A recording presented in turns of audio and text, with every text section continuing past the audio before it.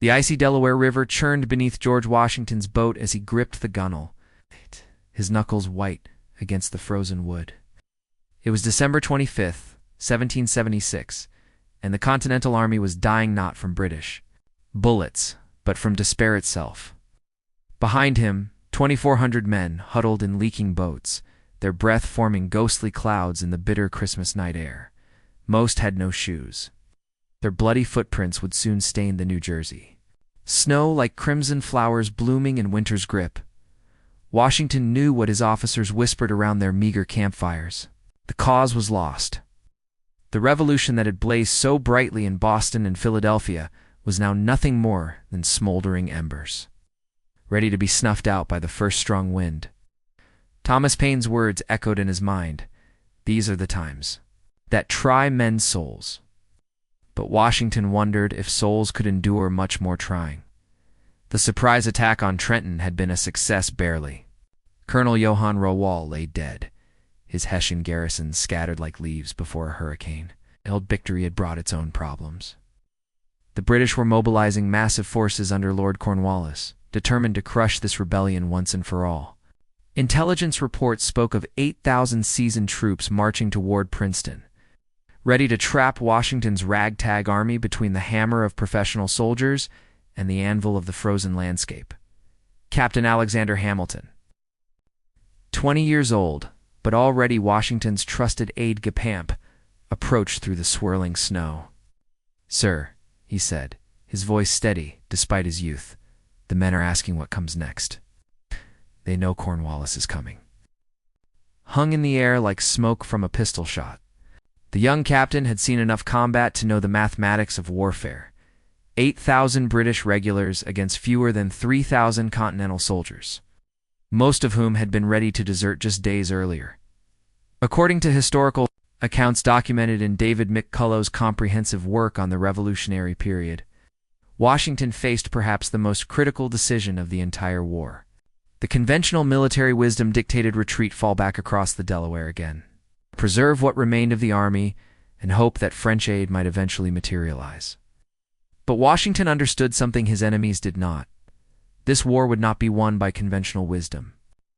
"We advance," Washington declared, his voice cutting through the wind like a blade. "We strike Princeton before Cornwallis can organize his forces." Hamilton's eyes widened. The plan was audacious to the point of madness. March through the night, attack a fortified position at dawn, somehow defeat an enemy that outnumbered them nearly 3-1. The commander-in-chief turned to study his men. They were farmers and merchants, blacksmiths and clerks, united only by their shared belief in something larger than themselves.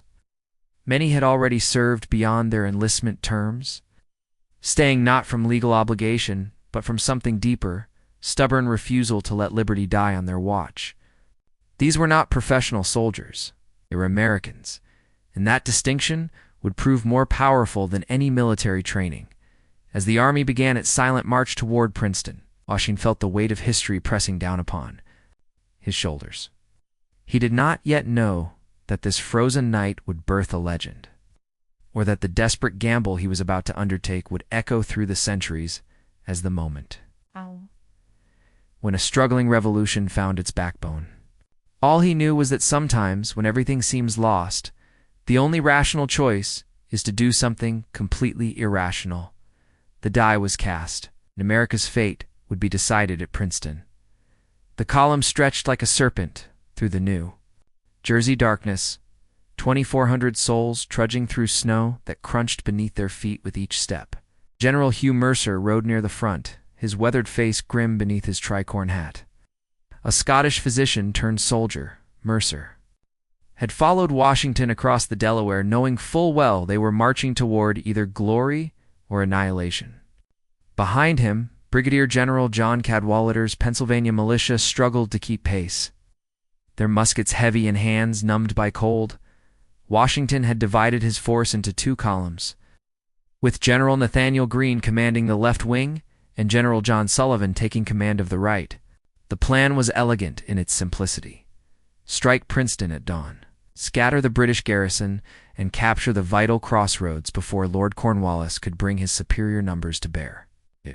But but elegance meant nothing if his men collapsed. From exhaustion before they reached the battlefield, Captain William Washington, the commander's cousin, spurred his horse alongside the lead elements. At 24, he possessed the same iron determination that ran in the Washington bloodline, though his would be tested with cavalry sabers rather than the burden of supreme command. His dragoons, barely 30 men mounted on horses, as weary, as their riders represented the Army's entire mounted force, against British regulars supported by artillery. They would need to fight like men possessed. The temperature had dropped below freezing, and many soldiers wrapped their feet in strips of cloth torn from their own clothing. Private Joseph White, of the 1st Connecticut Regiment, later wrote to his sister that the march felt like walking through hell disguised as winter. Men stumbled and fell, picked themselves up, continued forward, because stopping meant death, not from enemy bullets. Then from the cold that gnawed at their bones with relentless hunger, Artillery Captain Alexander Hamilton supervised the movement of the Army's cannons, precious 18-pounders that had been dragged across 2 states and now represented their heaviest firepower. Each gun required a team of horses and 6 men to move it through the snow-clogged roads. Hamilton knew that if they could position these cannons correctly at Princeton, they might compensate for their numerical disadvantage with superior firepower. But first, they had to arrive before the British discovered their approach. As referenced in Ron Chernow's biographical examination of Hamilton's early military service, the young artillery captain demonstrated remarkable tactical insight during this period, understanding that mobility and surprise could overcome conventional military superiority when properly applied near midnight. Washington called a brief halt. The men collapsed where they stood, many falling asleep in the snow despite the deadly cold. Sergeants moved through the ranks, shaking soldiers awake before frostbite could claim them. The commander-in-chief dismounted and walked among his troops, his presence alone worth more than any speech. These men would follow him into the mouth of cannon if he asked, not because military discipline demanded it, but because they believed in him. Colonel John Hazlitt of the Delaware Regiment approached Washington with troubling news. "Sir, we're losing men to the cold, but at least 40 have collapsed in the last mile." Let's own uniform was torn and stained, his officers gorged at the only thing that marked his rank. The Delaware men were among the Army's best fighters, but even elite troops had limits. Washington nodded grimly. Every mile they traveled cost him soldiers he could not afford to lose. But retreat was not an option, never had been. "Pass the word, Colonel. Any man who cannot continue will be left at farmhouses along the route. We continue with whoever remains." It was a harsh calculation, but warfare demanded harsh mathematics. As the column resumed its advance, Washington reflected on the series of events that had brought them to this frozen crossroads. The defeats at New York, the desperate to retreat across New Jersey, the Christmas crossing, each had been another step toward either resurrection or final defeat. Soon, very soon, they would discover which destiny awaited them. Dawn was still hours away. But already the eastern horizon seemed less absolute in its darkness. The first gray light of January 3rd, 1777, found the Continental Army deployed in battle formation on the outskirts of Princeton. Washington sat astride his white charger, surveying the landscape that would soon become hallowed ground. Before them lay the town, its colonial buildings peaceful in the morning mist. Unaware that history was about to explode across their doorsteps, Lieutenant Colonel Charles Mohood commanded the British garrison at Princeton, approximately 1,200 men of the 17th, 40th, and 55th Regiments of foot. These were not Hessian mercenaries, caught sleeping off Christmas celebrations, but battle-hardened British regulars who had served in multiple campaigns. Mohood was a capable officer who had already received orders to march toward Trenton and join Cornwallis in crushing Washington's rebellion once and for all. General Hugh Mercer's advance guard moved through the frost-covered fields toward the Quaker Road, their boots crunching through ice-crusted grass. Mercer, riding at the front of his column, suddenly raised his hand for silence. Through the morning haze, he could see movement tread coats emerging from Princeton like blood drops against the white landscape. Mohood had discovered their approach, and was deploying his forces to meet them. The two armies collided near the William Clark Farm with the sudden violence of thunder. British volleys crashed across the field, and Mercer's men staggered under the impact. The general himself, struck by multiple musket balls, fell from his horse and was immediately set upon by British soldiers with bayonets. Captain William Washington spurred his dragoons forward in a desperate attempt to rescue Mercer, but arrived to let the Scottish physician who had served Washington so faithfully was dying, his blood staining the frozen ground. Panic began to spread through the Continental ranks. These were the same men who had shown such courage at Trenton, but British regulars in daylight presented a far different challenge than surprised Hessians in a Christmas dawn. Soldiers began to break and run, their officers shouting commands that were lost in the chaos of musket fire and screaming horses.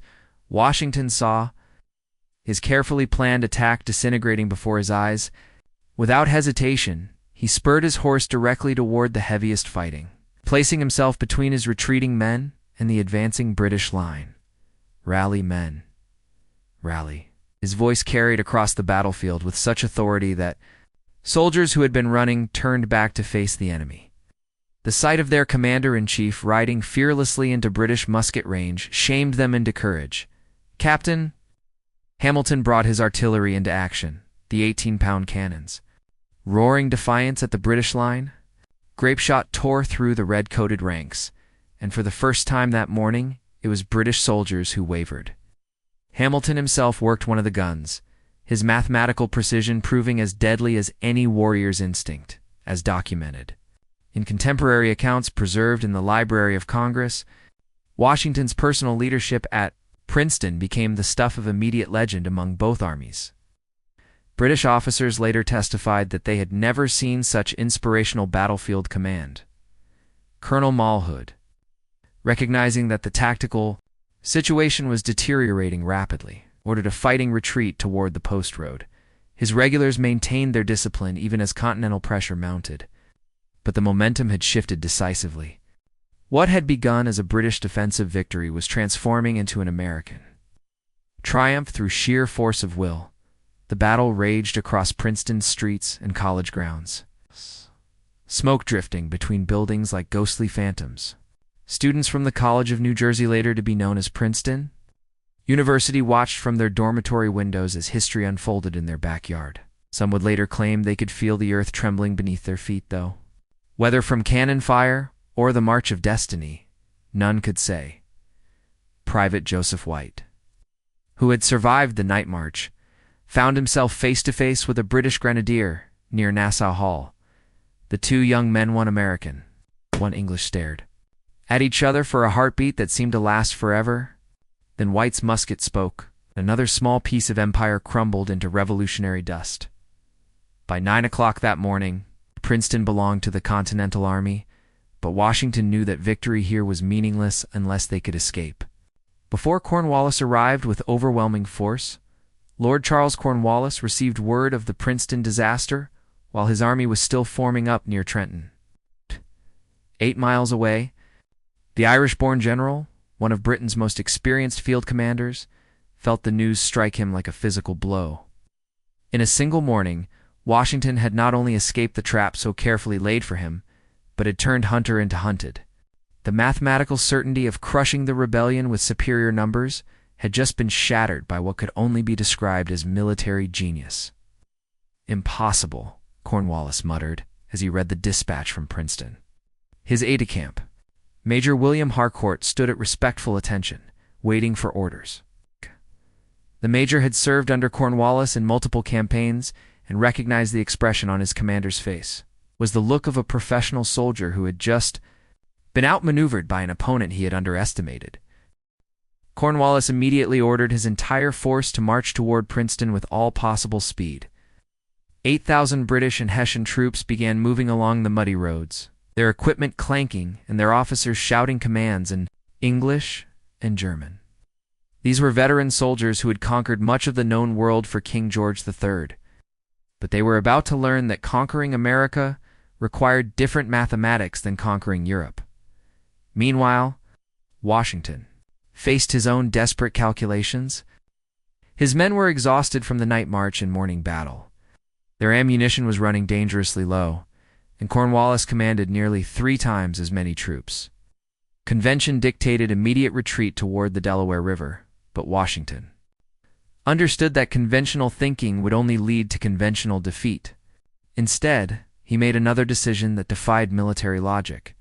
He would march north toward Morristown, threading his army through the very heart of enemy-controlled territory. General Nathaniel Greene, Washington's most trusted subordinate, approached the commander-in-chief with obvious concern. "Sir, the men can barely stand. If Cornwallis catches us on the road—" Greene let the sentence trail off, but both men understood the implications. Caught in the open by superior forces, the Continental Army would be annihilated. Washington studied his map, his finger tracing the route to Morristown. "We have no choice, Nathaniel. If we retreat to the Delaware, we confirm every British assumption about American resolve.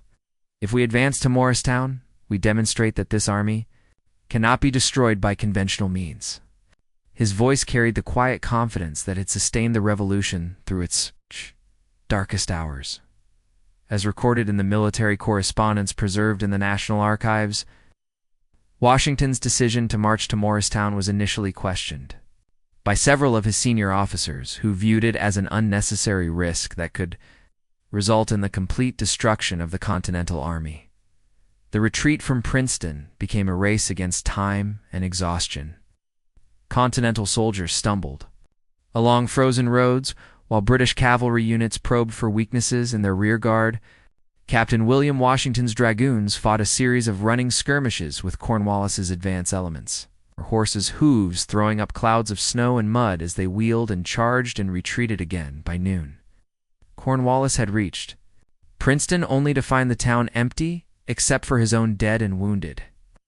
The British general stood in Nassau Hall, where American cannonballs had punched holes through the walls, and contemplated his options. His quarry was escaping northward, but pursuing a desperate enemy through unfamiliar territory held its own dangers. Washington had already proven twice at Trenton and Princeton that he was capable of turning retreat into attack with devastating effectiveness. Lieutenant Colonel Banastre Tarleton, commanding the British Legion's cavalry, requested permission to pursue the Continental Army with his mounted troops. Tarleton was young, aggressive, and convinced that rapid pursuit could scatter Washington's forces before they reached sanctuary. But Cornwallis hesitated. Intelligence reports suggested that New Jersey farmers were increasingly hostile to British forces, and a cavalry unit operating alone might find itself surrounded by an aroused countryside as afternoon shadows lengthened. Across the Princeton battlefield, Cornwallis made his decision. He would pursue Washington, but cautiously, with his entire force moving in coordinated fashion.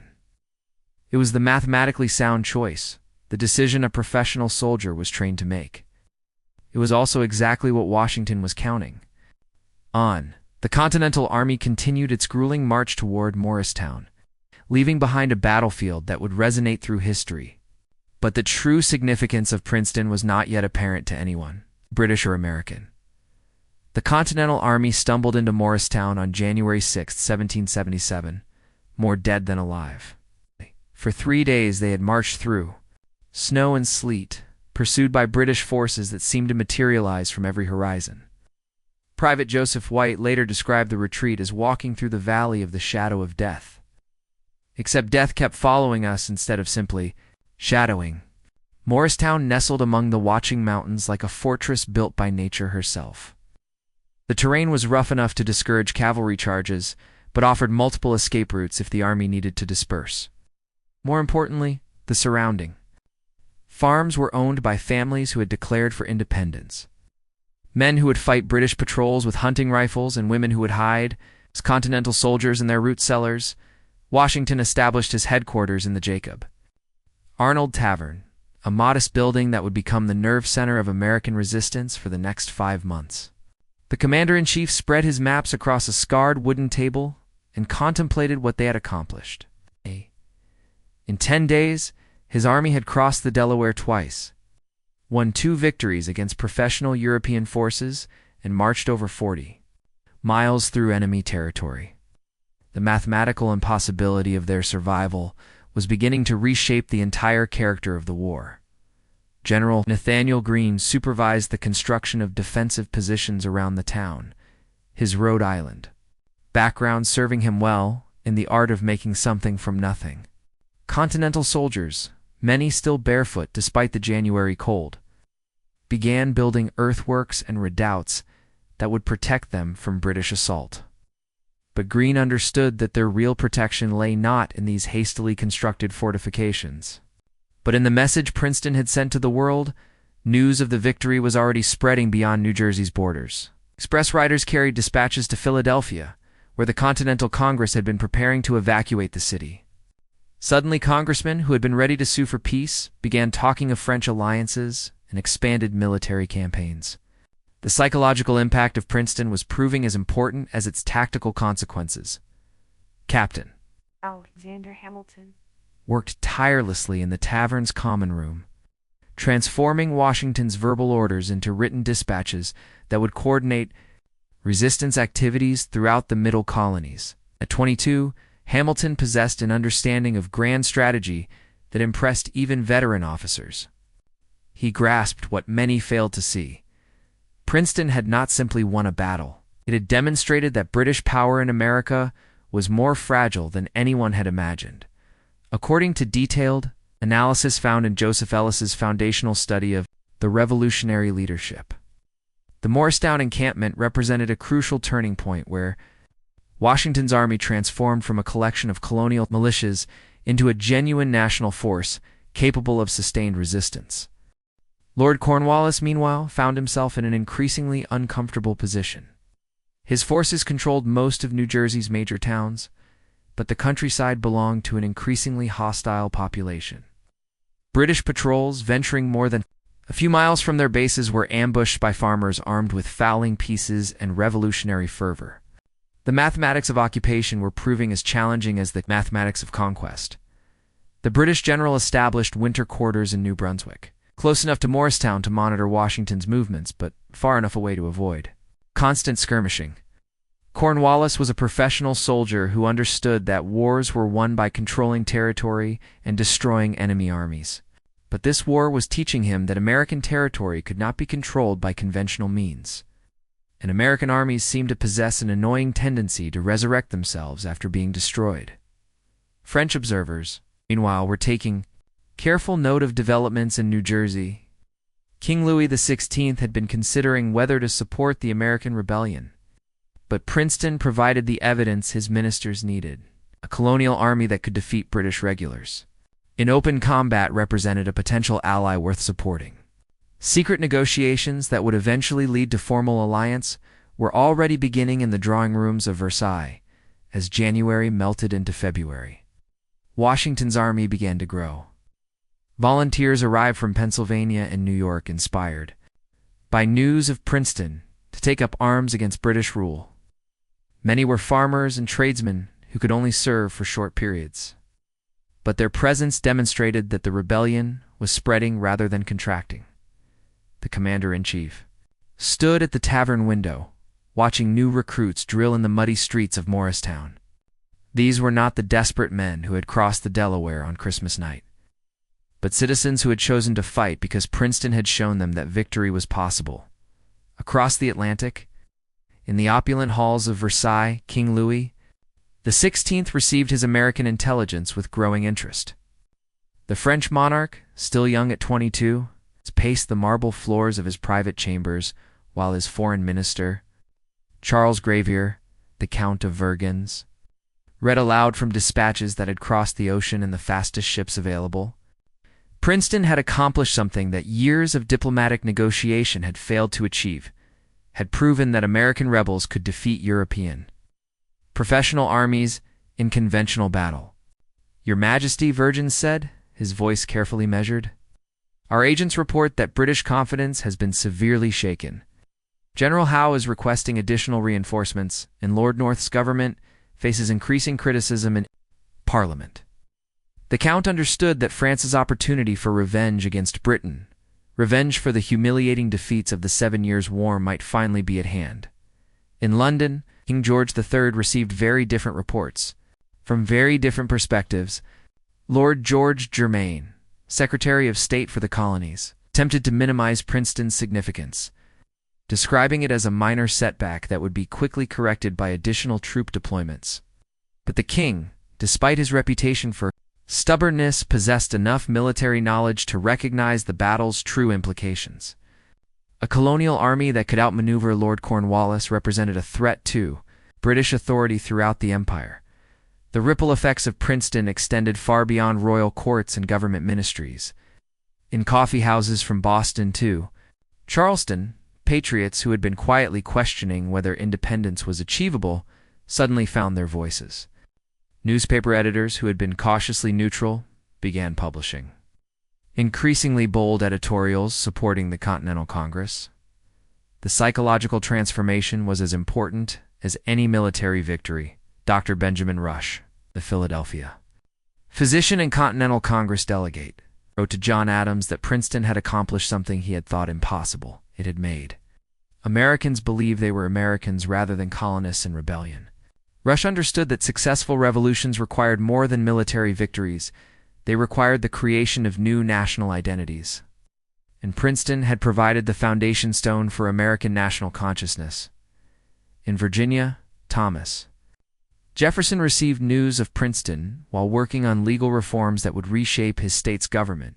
The young lawyer and philosopher had always believed that American independence was philosophically justified, but Princeton demonstrated that it was also practically achievable. Jefferson began drafting correspondence with foreign diplomats, laying groundwork for international recognition that would prove crucial in the years ahead, as documented in comprehensive diplomatic archives maintained by the French National Library. Princeton marked the beginning of serious French consideration of American alliance. With secret negotiations commencing within weeks of news reaching European capitals, General John Burgoyne, Landing. British forces in Canada, read Princeton. Dispatches with professional concern. Burgoyne was planning a massive offensive down Lake Champlain that would split the American colonies in half. But Princeton suggested that American resistance was strengthening rather than weakening. His campaign would need to account for an enemy. It's far more formidable than originally anticipated. Spanish officials in New Orleans and Havana also took notice of Princeton's implications. Spain controlled vast territories adjacent to British North America, and successful American independence might provide opportunities for reclaiming lands lost in previous conflicts. Secret Spanish aid to American forces already under consideration, accelerated after Princeton demonstrated American military competence. Back in Morristown, Washington remained focused on immediate challenges rather than international implications. His army needed food, clothing, and ammunition more than diplomatic recognition. But intelligence reports from European capitals suggested that Princeton's impact was spreading far beyond New Jersey's frozen fields, Captain. Hamilton supervised correspondence with congressional delegates and state governments, his quick mind grasping the broader significance of what they had accomplished. The young artillery officer understood that wars were won as much by diplomacy as by battlefield tactics. Princeton had provided American diplomats with their most powerful argument for foreign support, as winter gradually loosened its grip. On New Jersey, British forces found themselves increasingly isolated in their scattered garrisons. Patrols venturing into the countryside faced hostile populations armed with hunting rifles and revolutionary determination. The mathematics of occupation were proving more complex than London had anticipated. The seeds planted at Princeton were beginning to sprout across 2 continents. But their full flowering would take years to complete. For years and 9 months after Princeton's frozen fields ran red with British blood, Lord Charles Cornwallis found himself trapped on a peninsula at Yorktown, Virginia, staring at the very enemy he had failed to crush in New Jersey. The irony was not lost on the British general as he watched American and French forces tighten their siege lines around his position, the mathematical certainty he had possessed in 1777 had transformed into the mathematical impossibility of 1780-1. Washington stood on the ramparts of his siege works, his spyglass trained on British fortifications less than a mile away. At 49, Commander-in-Chief had aged considerably since that desperate winter, when everything depended on surprising Bashoons at Trenton and outmaneuvering British regulars at Princeton. The lessons learned in those frozen New Jersey fields had shaped every strategic decision of the intervening years. The French alliance that had seemed like a distant dream during the Morristown winter was now a reality of overwhelming importance. Count Rochambeau's professional soldiers worked alongside Continental troops in the siege trenches, while Admiral de Grasse's fleet controlled Chesapeake Bay and prevented British naval reinforcement. The international coalition that Princeton had made possible was finally delivering decisive advantage. General Nathaniel Greene, now commanding American forces in the Southern Theater, had spent the previous 2 years implementing the lessons learned at Princeton on a strategic scale. Its campaigns in the Carolinas had demonstrated that British forces could control towns and cities, but could never control the countryside populated by hostile civilians. The mathematics of occupation that had failed in New Jersey had proved equally futile from Georgia to Virginia. Alexander Hamilton, now a lieutenant colonel serving as Washington's chief of staff, supervised the coordination between American and French forces with the same mathematical precision he had brought to artillery commands at Princeton. The young officer who had learned battlefield tactics in New Jersey's snow was now orchestrating grand strategy on a continental scale, as referenced in the comprehensive military analysis found in Ron Chernow's definitive biography of Hamilton. The organizational skills and strategic thinking demonstrated at Princeton proved instrumental in coordinating the complex international alliance that made Yorktown possible. Lord Cornwallis, trapped behind his earthworks, reflected on the series of decisions that had brought him to this desperate position. The Southern campaign had been based on the same assumptions that had guided his pursuit of Washington after Princeton, that superior numbers and professional training would inevitably triumph over colonial enthusiasm. Those assumptions had been systematically shattered by 4 years of American adaptation and international support. The siege of Yorktown proceeded with the mathematical precision of a complex equation working toward inevitable solution. French engineers trained in the best European military schools designed approach trenches that would bring Allied artillery within devastating range of British positions. American artillery officers, many of whom had learned their craft in battles like Princeton, positioned their guns with deadly accuracy. On October 14, 1781, Hamilton led the assault on British Redoubt No. 10, his men storming the fortification with bayonets fixed and revolutionary fervor burning in their hearts. The young colonel who had served Princeton's artillery with such distinction was now commanding infantry in the climactic battle of American independence. The thread connecting those two moments stretched across 4 years of war, but its continuity was unmistakable. Cornwallis surrendered on October 19, 1781, marching his army out to lay down their arms while British bands played "The World Turned Upside Down." Washington received the surrender with the same dignified restraint he had shown during Princeton's aftermath, his understanding that victory required both military skill and political wisdom. As British soldiers stacked their muskets and folded their colors, Washington's thoughts returned to that frozen morning when everything had seemed lost. Princeton had not won the war that honor belonged to Yorktown and the international alliance that made it possible. But Princeton had demonstrated that the war could be won, and that demonstration had sustained American resistance through 4 years of defeat and despair. The mathematical impossibility of colonial victory over British Empire had been transformed, step by step and battle by battle, into the mathematical certainty of American independence. And it had all begun with a desperate gamble in the snow-covered fields of New Jersey, where a struggling revolution found its backbone and a new nation discovered its destiny. The world had indeed been turned upside down, but the process had started long before Yorktown had started at Princeton. On a frozen morning when George Washington proved that sometimes the most rational choice is to do something completely irrational.